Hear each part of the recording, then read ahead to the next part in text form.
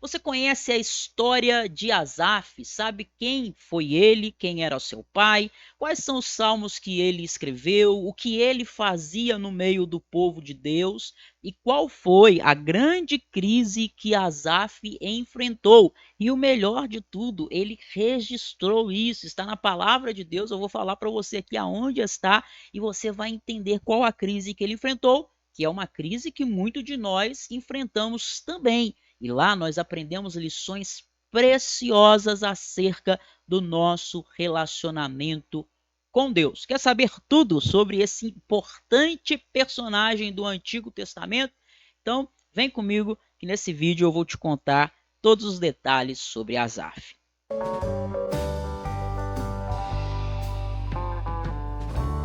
Olá, eu sou Elbert Souza e esse é o canal Teologia Descomplicada. Aqui eu ajudo você a aprofundar o seu conhecimento bíblico. Se é isso que você quer, faz o seguinte: se inscreve aqui no canal. Além de se inscrever, também marque o sininho para você receber todas as notificações dos novos vídeos que eu vou colocar por aqui. Se você gosta desse estilo de vídeo, se você acredita que esse tipo de conteúdo ajuda você, a forma que você tem de me falar é dando o seu like. Se eu ver que muitas pessoas deram joinha, deram belezinha aí, eu vou fazer mais conteúdos como esse para ajudar você.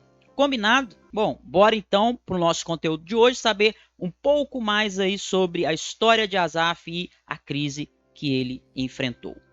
Asaf pertencia à linhagem de Levi através de Gerson e era filho de Baraquias. Olha aí esse nome, Baraquias. Que tal dar esse nome para o seu filho? Baraquias. Bom, ele foi escolhido junto com, olha, mais dois nomes aqui bem diferentes, Etan e Emã.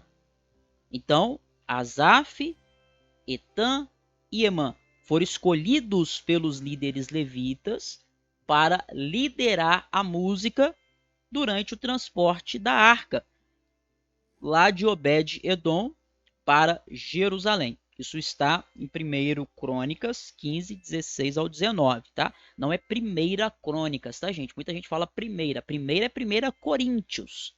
Agora, Crônicas é primeiro livro das Crônicas, ok? Asaf, ele tinha uma grande habilidade musical, isso fica claro para nós ao lermos a Bíblia. Ele se destaca principalmente no uso de um instrumento que era chamado de símbolo. Você deve ter lido já na Bíblia esse termo, não é? Símbolo. Como é que era o símbolo? O símbolo era composto por dois pratos de metal que se batiam, né? Se chocavam contra o outro, produzindo o som. Asaf, ele recebeu a atribuição da autoria de 12 salmos. Claro, alguns podem ter sido escritos pelos seus descendentes, mas a autoria é atribuída a ele. 12 salmos, tá? Você tem o Salmo 50. Então, quando você lê esses salmos na Bíblia, você sabe que eles têm a autoria atribuída a Asaf, ok? Muita gente pensa que os salmos é só Davi que compôs. Não, você tem salmos de Moisés, por exemplo, né? Você tem 12 salmos de Asaf. Quais são esses salmos que a autoria é atribuída a Asaf? Salmo 50, o Salmo 73, 74, 75, 76, 77, 78, 79, 80, 81, 82 e 83. Ok? A partir de agora, quando você lê esses salmos, você já sabe que a autoria deles é atribuída ao salmista. Sim, salmista Asaf. Agora eu quero falar com você aqui sobre a grande crise de Asaf. Sim, ele não foi diferente de nós nesse sentido. Se você ouve alguns ensinarem, dizerem, pregarem ou cantarem que cristãos, crentes, pessoas tementes a Deus, é só triunfo, é só vitória, que não passam por momentos de crise, que não passam por momentos de dificuldade, que a vida cristã é marcada por triunfo, não é o que a Escritura afirma. Nós temos aqui um grande homem de Deus que enfrentou e registrou para nós uma grande crise. Veja só, como nós já dissemos, Asaf era chefe do louvor na casa de Deus. Então veja a relevância dele. Ele é alguém importante no contexto espiritual. Ele é um grande homem de Deus. E aí, o que vai acontecer? Apesar disso, nós vamos ler o relato de um grande conflito pelo qual ele passou.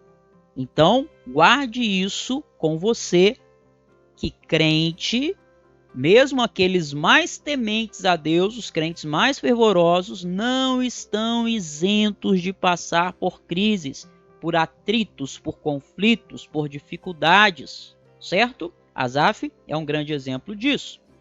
Apesar de ter encargos importantes, como ele tinha, como talvez você que está me assistindo aqui tenha ou deseje ter um grande encargo na casa de Deus, no reino de Deus. Talvez seu desejo seja ser pastor, seja ser um pregador do evangelho, seja ser professor lá na sua igreja, de escola bíblica dominical, talvez ser professor de teologia também, assim como eu.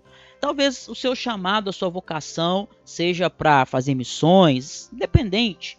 Ou mesmo que você não exerça um ministério assim na igreja, nós sabemos que tudo aquilo que fazemos para a glória de Deus. Então, seja como professor, seja como porteiro, seja como advogado, como médico, qualquer que seja a função que você exerça, você faz tudo para a glória de Deus.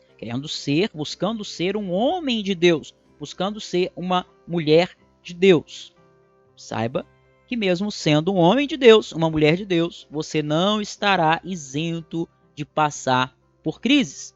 Asaf atravessou uma crise que quase o inutilizou na obra do Senhor, onde, como dissemos, ele tinha um encargo muito importante. E essa crise de Asaf, bem como o aprendizado que ele tem posteriormente, após passar por essa crise, ele aprende algo importante. Tanto essa crise como o aprendizado é descrito no Salmo 73, ok? Então esse é o salmo que registra a crise de Asaf e o que ele aprendeu com essa crise pela qual ele passou.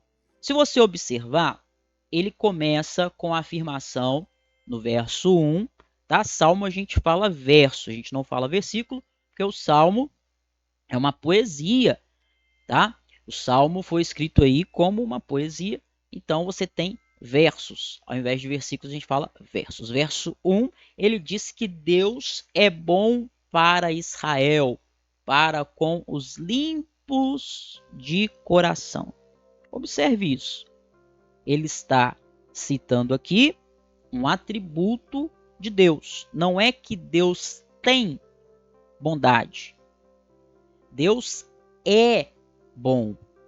Ele não se torna, ele não adquire, ele é bom. Então Asaf relata isso no verso 1. Deus é bom.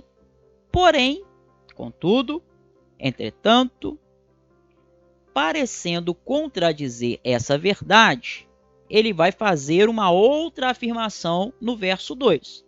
Qual é a afirmação que ele faz no verso 2 que parece contrariar essa afirmação aqui? Deus é bom. Deus é bom. O que ele diz no verso 2 que parece ser contrário? Ele diz assim: meus pés quase se desviaram. Então, ele não quis dizer aqui, obviamente, que, como algumas versões vão dizer, né, meus pés quase se resvalaram, a ideia de que os pés dele quase tropeçaram, não é tropeço em algo físico, como você está vendo aí na cena, como acontece ou já aconteceu com praticamente todos nós. Já tropeçou alguma vez? Pois é. O que Asaf está falando aqui Não é que os pés dele quase escorregaram, quase tropeçaram, quase resvalaram fisicamente, porque tinha um obstáculo na frente dele, uma pedra, um buraco no caminho. Não é isso. Ele está falando no sentido espiritual. Ou seja, quando ele diz que os meus pés quase se desviaram, quase se resvalaram, ele está dizendo assim: olha, quase que eu me afasto desse Deus bondoso. Aí nós ficamos pensando, poxa, se Deus é bom, por que ele diz que quase se afastou desse Deus bondoso? Parece que o verso 2 contraria o verso 1, não é? Vamos entender o motivo disso? A razão é muito clara para ele falar isso. E a razão está no verso 3 deste salmo. Ele diz assim: pois eu senti inveja dos nécios ao ver a prosperidade do ímpio. Quem são os nécios? Os nécios são aqueles que se recusam a obedecer à sabedoria de Deus. Eles acreditam que são sábios aos seus próprios olhos. Então, tudo aquilo que Deus diz, para o nécio, não há importância. Ele não se preocupa com isso, com os mandamentos do Senhor, com a palavra do Senhor. Ele é sábio para ele mesmo, né? Os ímpios, a mesma coisa. Aqueles que cometem impiedade, aqueles que ouvem ao Senhor, eles se afastam da impiedade. Os ímpios praticam, não se importam com o que o Senhor diz. Asaf olha para essas pessoas e ele vai sentir, por incrível que pareça, inveja dessas pessoas. Esse estado não vai surgir do nada. Não é de repente que ele começa a sentir inveja dos nécios, dos ímpios, não. Por isso você precisa tomar cuidado, porque a inveja que você pode ter do estilo de vida do ímpio, ela é provocada por algumas coisas. No caso de Asaf, essa inveja foi provocada por conceitos errados. Talvez você que está me ouvindo aqui tem também conceitos errados acerca do ímpio.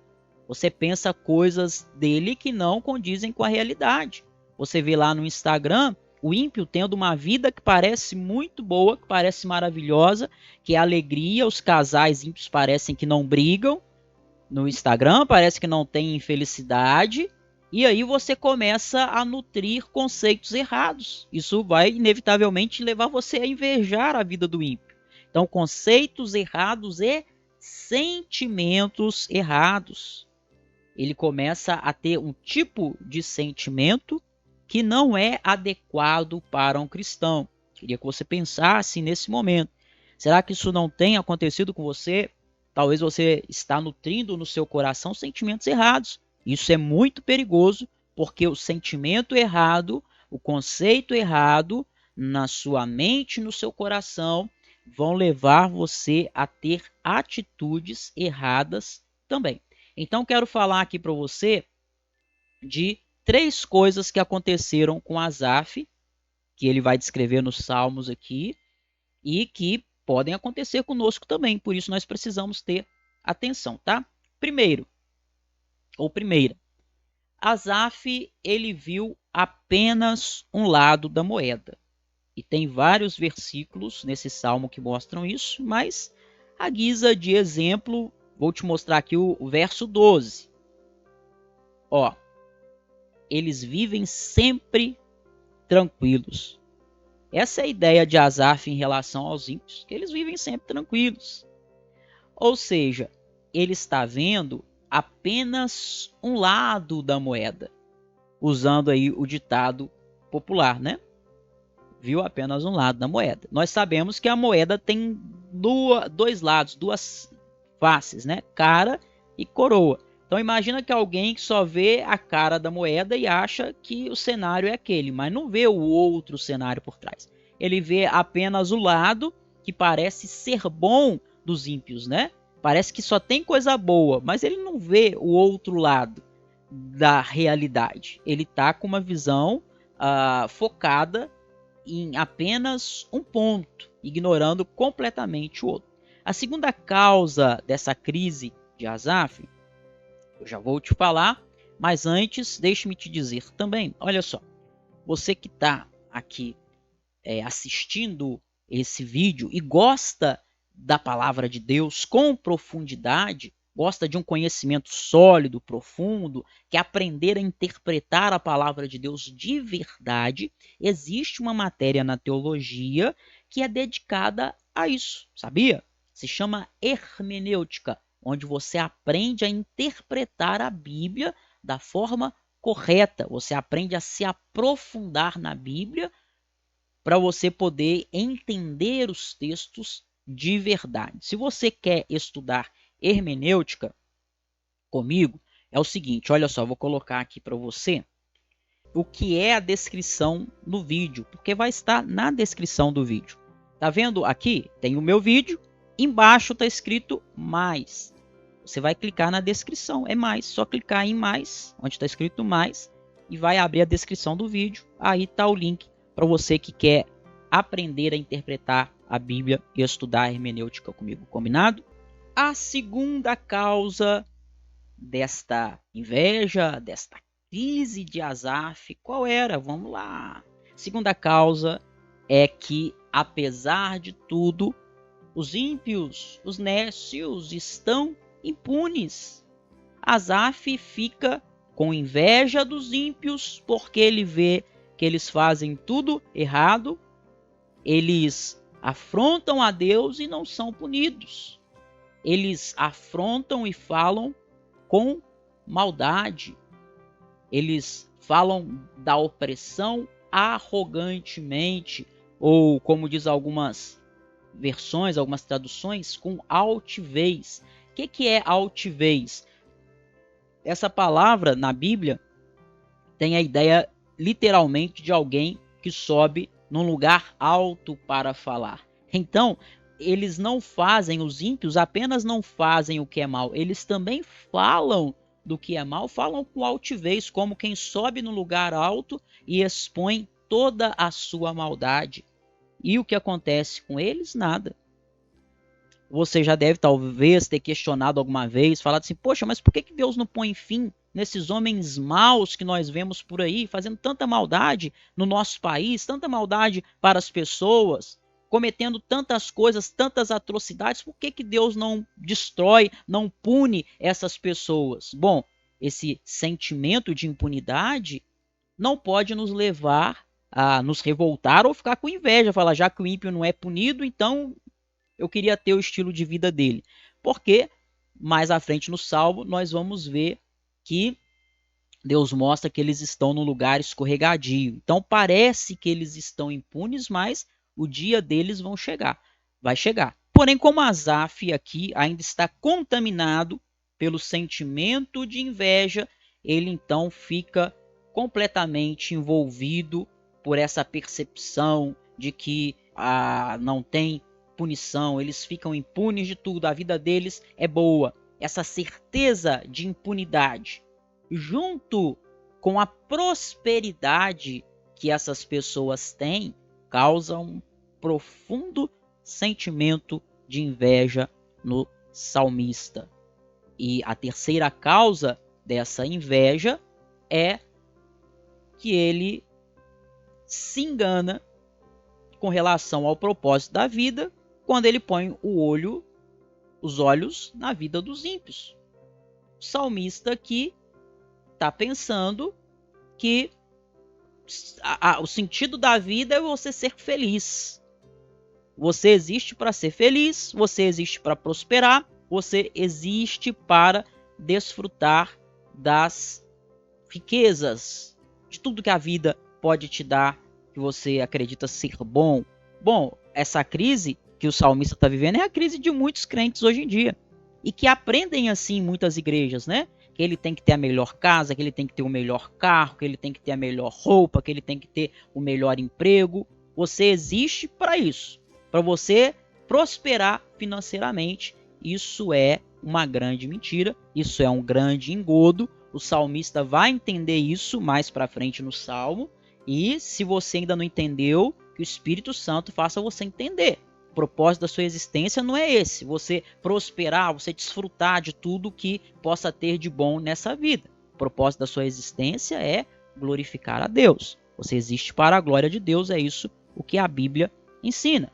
Então, isso porque mesmo vendo o procedimento dos ímpios, um procedimento deplorável, ele reprova a validade dos seus próprios procedimentos justos. O salmista olha e fala assim, olha, aqui ó, verso 13, com efeito, inutilmente conservei puro o coração e lavei as mãos na inocência. Ele está falando que o que ele faz de bom não serve de nada, que é conservar puro o coração, é lavar as mãos na inocência. Isso não serve de nada, porque olha lá, o ímpio não faz nada disso e ele está prosperando, a vida dele está boa. Quantos crentes hoje em dia não têm também essa sensação? Não estão nessa mesma crise de Asaf. Mas a grande questão é, você serve a Deus só por aquilo que ele faz ou você serve a Deus por quem ele é? Asaf vai futuramente aqui no texto entender isso, que Deus é bom, que Deus é justo e que ele existe para a glória de Deus. Então, as coisas que nós fazemos de correta, de certa, o que nós fazemos e que é bom, não serve para nós conseguirmos conquistar bênçãos de Deus, como muitas pessoas acham. Ah, vou obedecer a Deus porque eu quero bênçãos. Não, nós obedecemos a Deus porque nós amamos a Deus. Porque em Deus é, não para Deus nos dar qualidade de vida. Então, quando a nossa vida estiver boa e próspera, nós vamos servir a Deus, como Jó, por exemplo. Agora, se por um acaso a coisa ficar ruim, ficar difícil, nós formos provados, faltarem as coisas que nós queríamos, nós não vamos deixar de ser felizes por isso, porque a nossa felicidade está em Deus e mesmo em meio à crise nós continuaremos servindo a Deus, tá? Bom, olha só o que eu vou te falar. Esse vídeo nosso aqui está ficando extenso. Nós já estamos aqui com quase 23 minutos. E eu tenho muita coisa ainda nesse salmo para falar, inclusive essa mudança que aconteceu no salmista. Tem um fator aqui que a gente percebe que foi o divisor de águas, tudo muda, a mentalidade do salmista muda, ele é restaurado por Deus, ele sai dessa crise completamente e é algo maravilhoso. Se você quer que eu continue falando sobre Asaf, para eu falar desse segundo momento na vida dele, quando ele é restaurado por Deus e as lições que nós aprendemos lá, então você vai fazer o seguinte, coloca aqui embaixo no comentário que você quer a parte 2 do vídeo sobre Asaf, tá bom? Asaf parte 2, escreva aí nos comentários. Se muita gente comentar, se todo mundo comentar aqui, eu vou gravar a parte 2. Se vocês não comentarem, a gente fica só por aqui mesmo, tá? Então, não se esqueça de comentar aí. Um grande abraço, que Deus abençoe você e até a próxima.